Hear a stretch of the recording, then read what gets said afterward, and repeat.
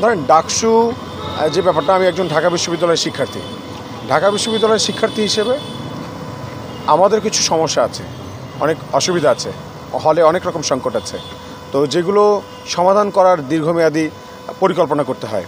এটার জন্য আমরা যদি একসাথে আন্দোলন করে লেগে থাকি তাহলে হয়তো দেখা যায় যে এটা সবসময় ফ্রুটফুল হয় না, অনেক সময় হচ্ছে অ্যাডভোকেসি করতে হয়।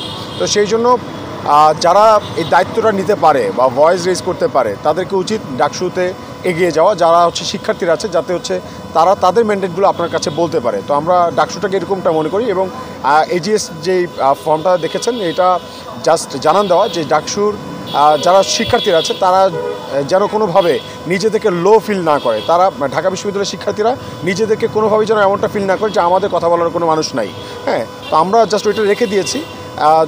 এখন ফার্স্ট প্রায়োরিটি হয়ে দাঁড়িয়েছে, মানে মূল বিষয়টা হচ্ছে সমস্যার সমাধান করা, সেটা ঢাকা বিশ্ববিদ্যালয়ে বসে হোক না বরিশাল বসে হোক, এটা মুখ্য বিষয় না। তো এখন যেহেতু বরিশালের একটা বড়, বাংলাদেশের একটা বড় সেক্টর স্বাস্থ্য খাত, এই আন্দোলন চলছে, আন্দোলন চলাকালীন সময় তো আমি আন্দোলন সফল না করে কোনোভাবেই তো ওখানে যেতে পারছি না। তো আমি আশা রাখবো ঢাকা বিশ্ববিদ্যালয়ের শিক্ষার্থীরা বিশেষভাবে ব্যাপারটা মার্জনার দৃষ্টিতে দেখবে, এবং আমি বিশ্বাস রাখি তারা ব্যাপারটা ক্ষমাসুন্দর দৃষ্টিতেই দেখবে।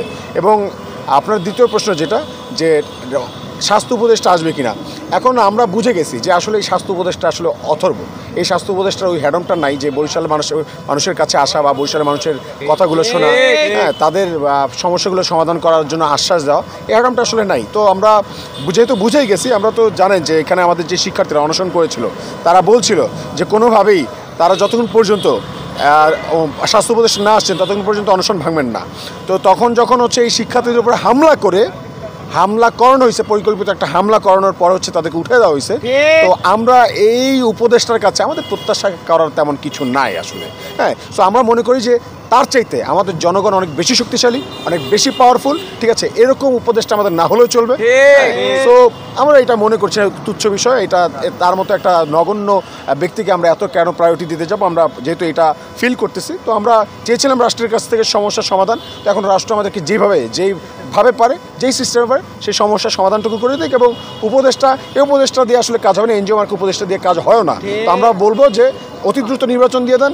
যারা হচ্ছে সামনে নির্বাচনী দায়িত্ব নিয়ে যারা জনতার কথা বলতে আসবে, তারা যেন তাদের নির্বাচনী ইশতেহারে আমাদের এই স্বাস্থ্যখাত সংস্কারের যে বিষয়টি, যে দাবিগুলো, তারা যেন তাদের নির্বাচনী ইশতেহারে রাখে, এই কামনা করছে, এবং অতি দ্রুত নির্বাচন কামনা করছে আমরা।